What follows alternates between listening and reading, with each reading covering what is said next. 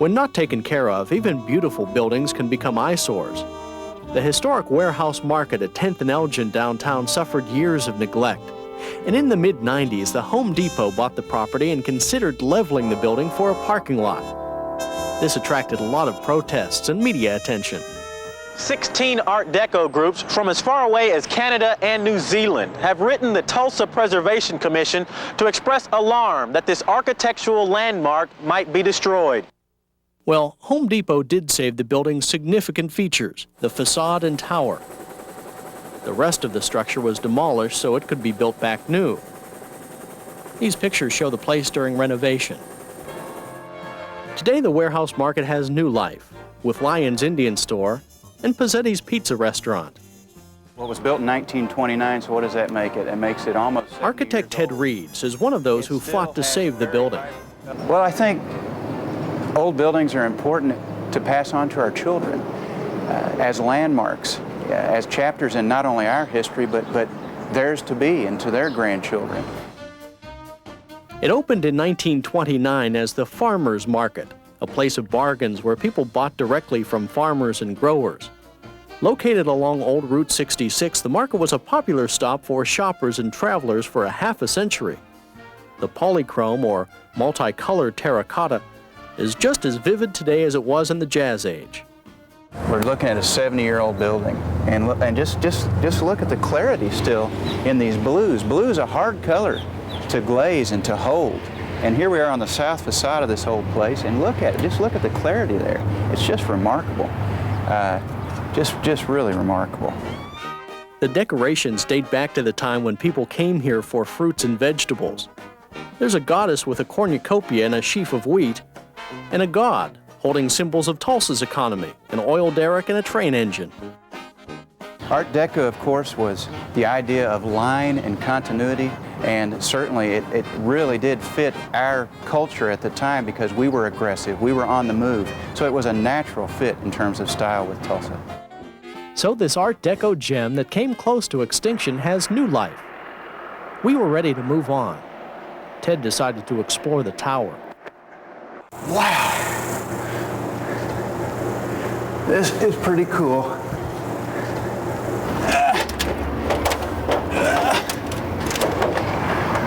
It's incredible, even up at this height, just the detail that they put into the top of this is just remarkable. What a view! You don't have to go to great heights to see Deco downtown. Just walk around. Author Michael Wallace has written numerous books, including one about Route 66 and oilman Frank Phillips. He's a great admirer of Tulsa's many architectural styles. And I think what makes Tulsa so important, especially downtown Tulsa, is that you have the Art Deco influence showing up in different types of buildings. In commercial buildings, certainly, office buildings, but also in ecclesiastical structures. Not only was that Art Deco period a flamboyant period as far as the creation of architecture, but along with it were people to match the buildings. They were gamblers, they were risk takers, and I think a lot of that energy, a lot of that excitement creeps into this architecture and is visible even today. We caught up with Wallace in front of one of those Deco treasures, the Pythian Building at 5th and Boulder, sheathed in terracotta. Now we call it the Pythian Building, but when it was built and when it was unveiled for the city of Tulsa in 1930, it was called the Gillette Terrell Building, named for two oilmen here in Tulsa who had larger ambitions. This is 3 stories high as you see it now. They wanted it to be 13 stories high, but a thing called the Great Depression came along and they had to lob off plans for those upper 10 stories for their hotel. Then they peddled it off to the good Knights of Pythias, a fraternal organization, and it became known as the Pythian Building. The Pythian Building's most notable feature is its L-shaped lobby with dancing zigzag designs done in colorful tile.